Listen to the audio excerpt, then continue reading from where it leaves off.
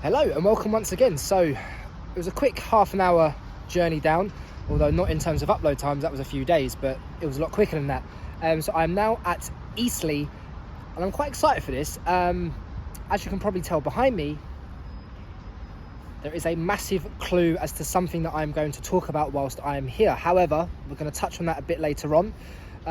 Similarly, it will be a similar setup to what we saw at Basingstoke, talk about the modern day, the historical aspect, and also behind me.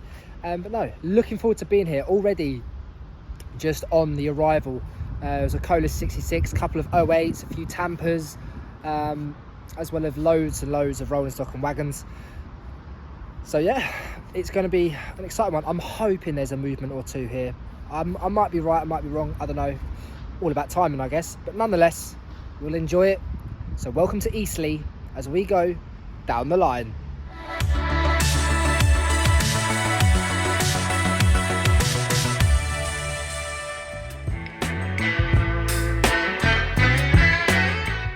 Just like the previous episode at Basingstoke, Eastleigh is also managed by South Western Railway, but this time Eastleigh only has 3 platforms. Eastleigh is also the junction station for 2 other routes, which go to Fareham and Romsey. Services here are solely operated by South Western Railway, with destinations that include Poole, Waterloo, Winchester, Portsmouth and Southampton Airport Parkway, as well as the 2 I just previously mentioned.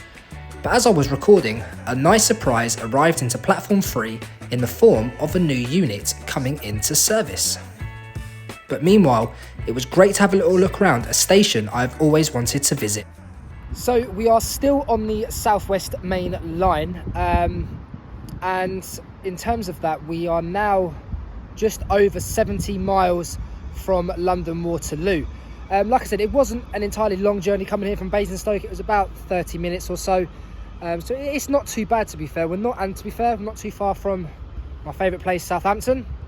Football reasons, of course, although we won't go into that based on performances.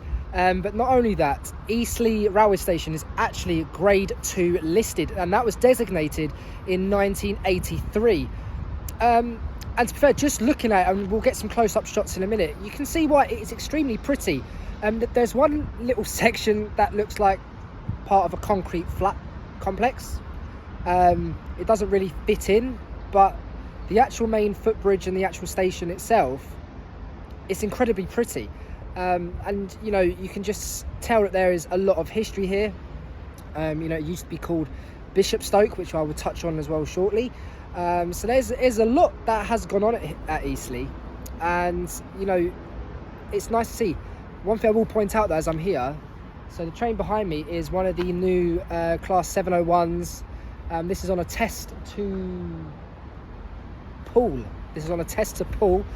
Numbered 701033 for those who like their numbers. So yeah, that was pretty cool. I did think it was a bit early to be in service, and obviously the doors open and it said do not enter test train. So it's nice to see. They're quite nice actually. Very modern.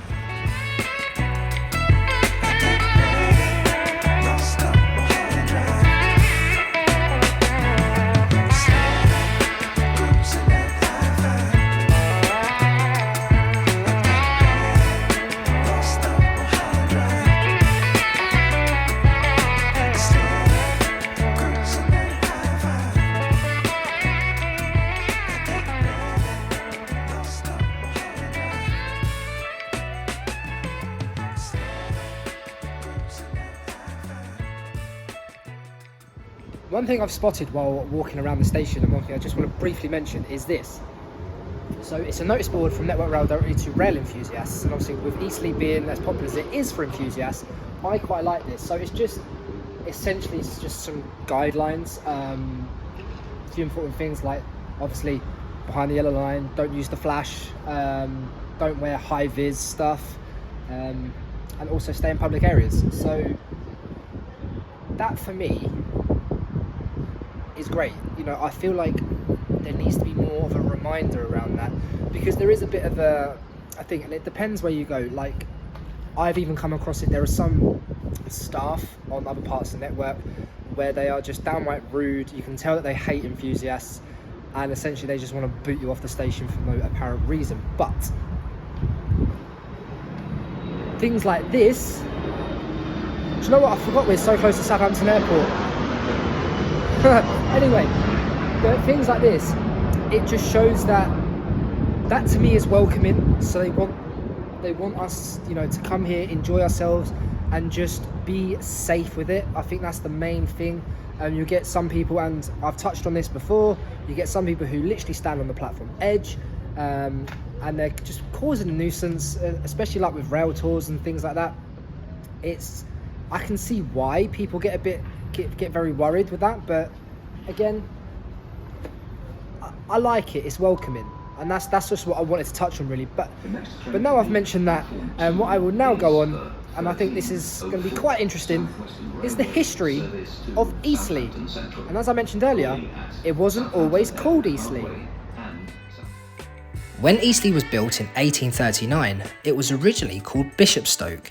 It has also gone through a few name variations, from Bishopstoke Junction to Eastleigh and Bishopstoke, before finally settling on just Eastleigh in 1923.